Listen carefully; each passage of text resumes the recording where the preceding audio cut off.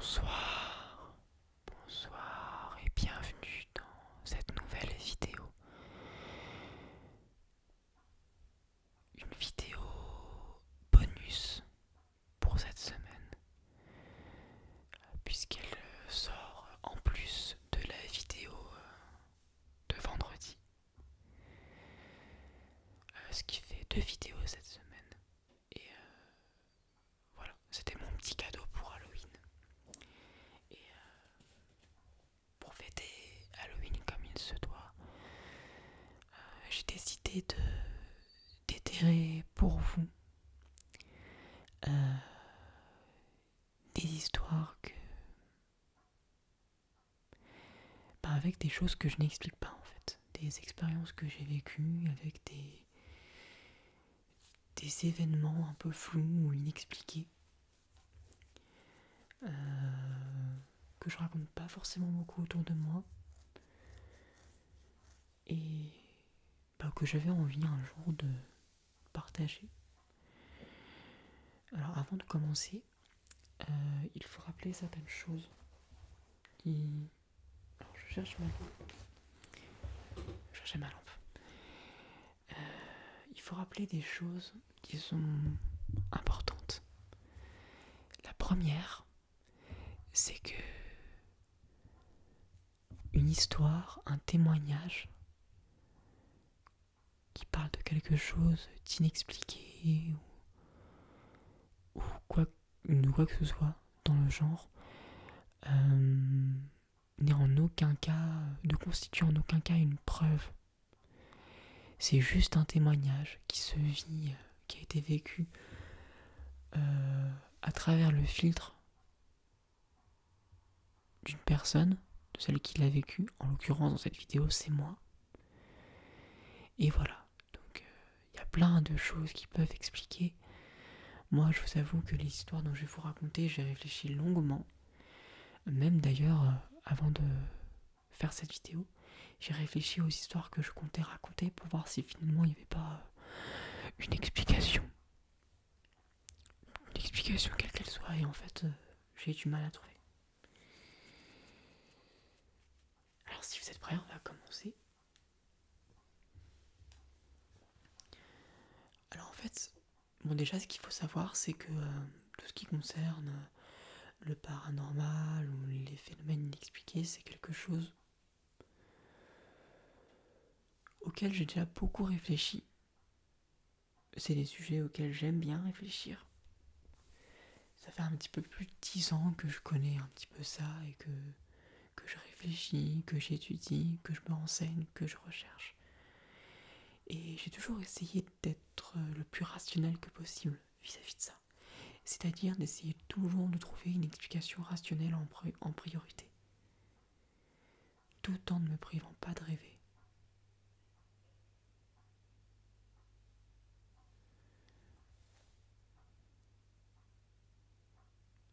Si je vous dis ça, c'est aussi parce que les expériences que j'ai pu vivre, comme je les ai vécues par le prisme de mes expériences, de mes croyances, forcément, il y a peut-être des choses que mon intérêt pour le sujet a dû influencer.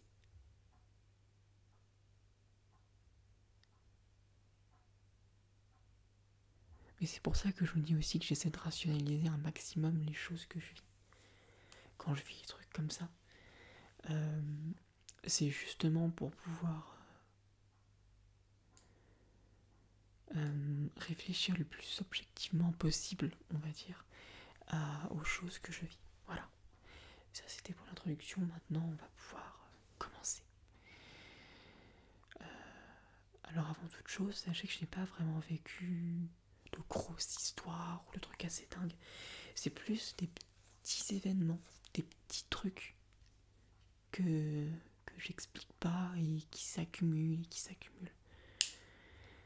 Par exemple, voilà, donc actuellement je vis dans une maison, dans la maison de mes parents. Et on est 5 à vivre dans cette maison. Du coup là on a le droit de se dire s'il se passe quelque chose, ça peut être plein de raisons différentes, ça peut être plein de possibilités étant donné qu'on est 5. C'est vrai. Et pourtant, il y a quand même des choses que aujourd'hui j'arrive toujours pas à expliquer.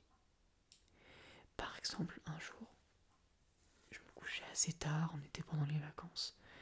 Donc je traînais dans ma chambre, je regardais des vidéos, ce genre de choses. Et à un moment, je sors de ma chambre pour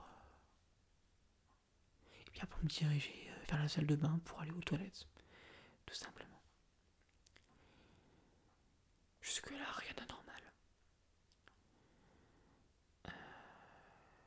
Jusqu'à ce que je sorte des toilettes et que je me mets à entendre des bruits venant d'en bas, du rez-de-chaussée. Là où il y a la cuisine, la pièce où je tourne actuellement, et le salon. Donc il y a la cuisine, la pièce où je tourne actuellement et le salon, ainsi qu'un couloir qui mène à ces pièces-là, et des toilettes aussi en bas. Voilà. Et j'entends des bruits comme si quelqu'un évoluait en fait dans ces pièces, comme si quelqu'un marchait, en fait comme si quelqu'un vivait tout simplement. Et donc moi, je me suis dit que c'était mon grand frère qui était rentré, puisque mon grand frère sortait souvent le soir. Là, il le fait un petit peu moins, mais sinon, il sortait beaucoup le soir, quasiment tous les soirs, pendant les vacances. Et je me suis dit tout simplement que c'était lui qui rentrait. Sauf que, en fait, le temps commence à passer. Il y a vraiment quelques dizaines de minutes, des quarts d'heure qui commencent à passer. Et le problème, c'est que personne ne remonte. Or, mon grand frère, quand il rentre, sa chambre étant en haut, il arrive qu'il passe dans la cuisine pour ensuite remonter avec des biscuits ou des gâteaux ou des bêtises dans le genre. Sauf que là, personne ne monte. Donc du coup, je prends une petite lampe de poche, comme celle-ci. Et je descends les escaliers, sans allumer la lumière, juste en gardant ma lampe de poche. Et je me mets à déambuler dans le rez-de-chaussée, dans le salon, dans le bureau qui est la pièce où je tourne, dans la cuisine, dans l'entrée, au niveau des toilettes. Et en fait, rien. Il n'y a rien du tout. Donc voilà, c'était assez bizarre, surtout que j'étais vraiment persuadée en fait qu'il y avait quelqu'un en bas. Mais à ce moment-là, j'imaginais pas quelque chose de surnaturel en fait. C'était vraiment un genre de moment où j'imaginais quelqu'un en fait, ou la possibilité autre que mes frères en bas, soit une personne qui soit entrée en fait dans la maison par effraction. Mais ce qui est bizarre parce qu'il n'y a rien qui a été volé, il n'y a rien qui a été mangé, il n'y a rien qui a été... Il n'y a rien. Donc c'est là que c'est pas net. Il y a un deuxième petit truc qui m'était arrivé dans le genre. Un jour, un soir, comme pour la première histoire, je m'étais couché un peu tard. Et là, tout le monde est couché en revanche. Mes frères sont couchés, ma mère est couchée, mon père est couché, tout le monde. Sauf moi. À noter qu'à ce moment-là, on n'avait pas le chien. À l'époque de l'autre histoire, on n'avait pas le chien non plus. Ce qui est une information importante. Et ce jour-là, je sors à nouveau, je sors comme pour la première histoire pour aller aux toilettes. Donc dans la salle de bain qui sont vraiment à côté de ma chambre. C'est vraiment c'est la pièce avoisinante de ma chambre, en fait. Et donc c'est vraiment pas loin. Et en fait, à ce moment-là, j'entends un gros bruit de quelque chose qui parle. Au début, je tilte pas, puis je me rends compte que c'est la télé. Et je me suis dit, tiens, qui regarde la télé à 1h du matin. Surtout que le son est très très très très fort, c'est ça qui m'a inquiété. Et donc, je me suis dirigée fébrilement vers le salon se trouve la télé. Et effectivement, la télé est allumée, le son à fond, avec personne qui la regarde. Sur Jurassic World. Et en fait, c'est ce combo qui est bizarre, c'est que c'est pas le fait que la télé soit juste allumée, c'est qu'elle soit vraiment allumée le son à fond et que personne ne regarde la télé avec un son aussi fort.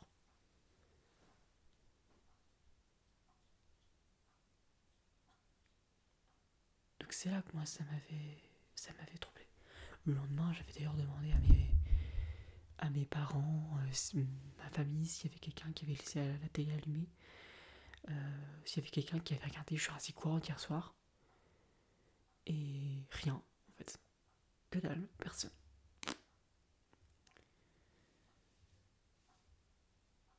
Je me dis qu'à force, ils vont me prendre pour un fou, mais bon. Donc ça, c'était 2 petites histoires. Et sinon, j'avais une histoire un petit peu plus conséquente. Un peu plus longue, on va dire. Et qui est l'histoire que j'ai vécue qui m'a le plus marqué. Ça, c'était des petites choses qui m'ont fait me sentir mal à l'aise. Dérouté. Mais là, c'est quelque chose qui m'a plus marqué encore.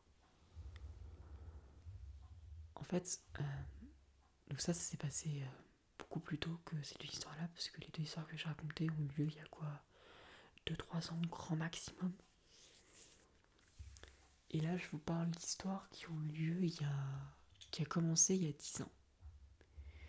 J'étais au collège à ce moment-là. Et c'était un soir, je sais pas si c'était pendant les vacances ou pas. Je pense que c'était pendant un week-end. Il me semble que c'était pendant un week-end, un vendredi soir. Je pense. Et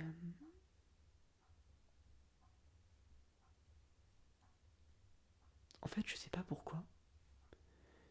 Alors je le dis, ça sert probablement à rien, mais je sais pas pourquoi. Une semaine auparavant, le jeudi de la semaine qui précédait cet événement-là, je me retrouvais près de la fenêtre et je me disais s'il y a quelqu'un d'autre dans cette maison que nous, bah, qu'il a qu'à se manifester la semaine qui suivait. Et la semaine qui a suivi, un vendredi soir, ou jeudi soir, je sais plus très bien, j'étais couché, j'étais dans mon lit. J'avais regardé quelques vidéos avant de dormir, bref, je me suis détendu. Et là, je commence à me sentir pas bien. Je sais pas d'où ça vient, mais ça vient. Je commence à entendre des bruits de partout qui provenaient de la cave, des bruits sourds. Et puis il y avait des petits bruits qui provenaient du rez-de-chaussée. Ça semblait être des bruits de frottement sur les murs, des très très très légers bruits de pas, des bruits au niveau de la porte, des bruits sourds vraiment très profondément dans la cave. Enfin, dans la cave quoi. Et en fait, la particularité de tout ce que j'entendais, c'était que tout me paraissait fictif.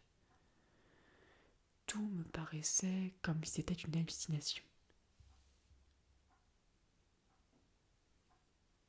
Et pourtant, j'étais dans une angoisse, dans une transe de laquelle je n'arrivais pas du tout à me libérer. En fait, à ce moment-là, j'étais en train de faire une crise d'angoisse. Les sons, cette montée de... Parce qu'en fait, j'avais la sensation que quelque chose était en train de venir, en fait. Que quelque chose venait depuis la cave et était en train de monter jusque là où je me trouvais. Et j'ai donc fait une crise d'angoisse. Et en fait, plus les secondes passaient, plus ça devenait intense. Plus les sons devenaient presque dissonants, presque... C'était comme si il y avait plus que ça, il y avait plus que ces sons en fait qui s'accumulaient, qui se multipliaient. Et il y a un moment, je réussis à sortir de mon lit. Je suis complètement en nage, exténué. Je me dirige à la fenêtre, je l'ouvre assez brutalement et je respire très fort. Très fort. Et je sens toujours cette chose, ce truc en train de monter en fait vers ma chambre. Et je continue à respirer très fort. Et à un moment, la porte de la chambre parentale s'ouvre. Ma mère en sort et elle me demande qu'est-ce que je fais, pourquoi je suis pas couchée. Et au moment où elle se met à parler, tout s'estompe d'un coup, tout cesse d'un coup, tout rechute. Toute la tension, toute la montée qu'il y a eu jusqu'à présent a chuté, mais vraiment d'un coup. Je suis toujours en nage, je suis toujours essoufflée. Je lui dis que rien, ça va, que je vais me recoucher, que j'étais juste pas bien, et que voilà. Et je me suis recouchée. J'ai réussi à un moment donné à m'endormir, mais c'était pas facile. Pendant les années qui ont suivi, j'ai essayé d'expliquer un petit peu ce qui s'est passé, de trouver une explication. Je finis par tomber sur un truc qui s'appelle la paralysie du sommeil. Mais ça ne semble pas être ça parce que je n'étais pas paralysée. En fait, ce soir-là, j'arrivais quand même à bouger. Et j'avais quand même réussi à me lever. Et même en étant levé, ça continuait. Même en étant levé, c'était toujours là. C'est toujours en train de monter. Donc ça ne me semblait pas être ça. En revanche, la crise d'angoisse, elle était bien présente. Mais je pouvais m'empêcher de sentir qu'il y avait autre chose que la crise d'angoisse. Dans mes souvenirs, il y avait quelque chose que, disons, la crise d'angoisse n'enveloppait pas en fait. Quelque chose qui ne pouvait pas être expliqué par la crise d'angoisse. C'était vraiment cette montée, toutes ces hallucinations, le fait que ça augmentait de plus en plus. Et surtout le fait que tout s'est estompé d'un coup quand ma mère est sortie de sa chambre. Et qu'elle a commencé à parler. Enfin bref, le temps passe. Il y a un bon nombre d'années qui passent. Il y a même 9 ans en fait qui passent.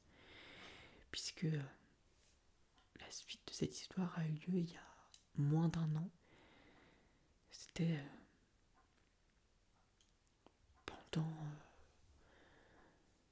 c'était fin d'année 2023. Du coup, oui c'est ça, fin d'année 2023. On était au mois de décembre et on était partis en vacances avec ma famille. On se trouvait dans un petit appart. Dans un appart, il y avait quand même 2 étages. Au rez-de-chaussée, il y avait un étage. Au rez-de-chaussée, il y avait le lit de mon petit frère. Et en haut, il y avait tous les canapés lit de mon petit frère, un clic-clac.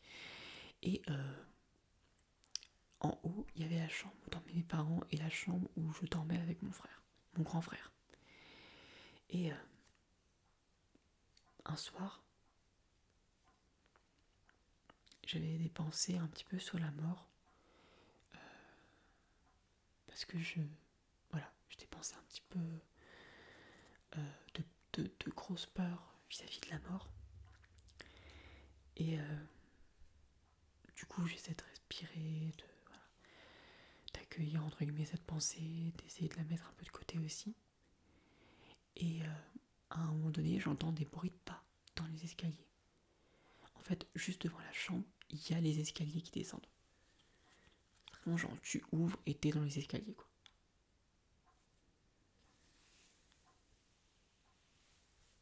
Quasiment. Vraiment. C'est ça. Et en fait, j'entendais des bruits de pas. Et ça cessait pas. C'est comme si quelqu'un montait ou descendait en boucle. Et donc à ce moment-là, un petit peu comme la petite histoire que je vous ai racontée au début, ma première pensée se tournait pas vers quelque chose de surnaturel ou quoi que ce soit, mais plus sur une personne s'est introduite chez nous. Alors ça pouvait être mon petit frère, mais vous verrez pourquoi ça ne l'est pas ensuite. En fait c'est simple, c'est qu'il y a un moment donné, je me suis levée, même en étant levé, les bruits de pas ont continué. Et en fait, contrairement à l'autre histoire, ça me paraissait pas être une hallucination. Pour le coup, là, ça me semblait bien réel. Et donc, j'ouvre la porte et rien, il n'y a personne. Je descends les escaliers, mon petit frère dort, la porte de chez mes parents est fermée, il n'y avait rien en fait qui pouvait marcher dans ces escaliers. Et en fait, avant d'ouvrir cette porte, j'étais resté cloué au lit en écoutant ces bruits de pas, en attendant que ça cesse. Je m'enroulais en fait, je mettais ma couverture sur mes oreilles, je la faisais bouger pour pouvoir faire en sorte de cacher en fait le bruit des pas qui devenait de plus en plus insupportable pour moi en fait. Et j'avais fait une nouvelle crise d'angoisse. C'est pour ça qu'à un moment donné, j'ai réussi à me lever pour ouvrir la porte et voir qu'en fait il n'y avait rien. Ce qui ne m'a pas aidé à me sentir rassuré pour autant. Ces bruits de pas pour moi me semblaient mais vraiment hyper réels. Surtout que l'escalier il est vraiment à côté de ma chambre, donc c'était très proche. Enfin voilà.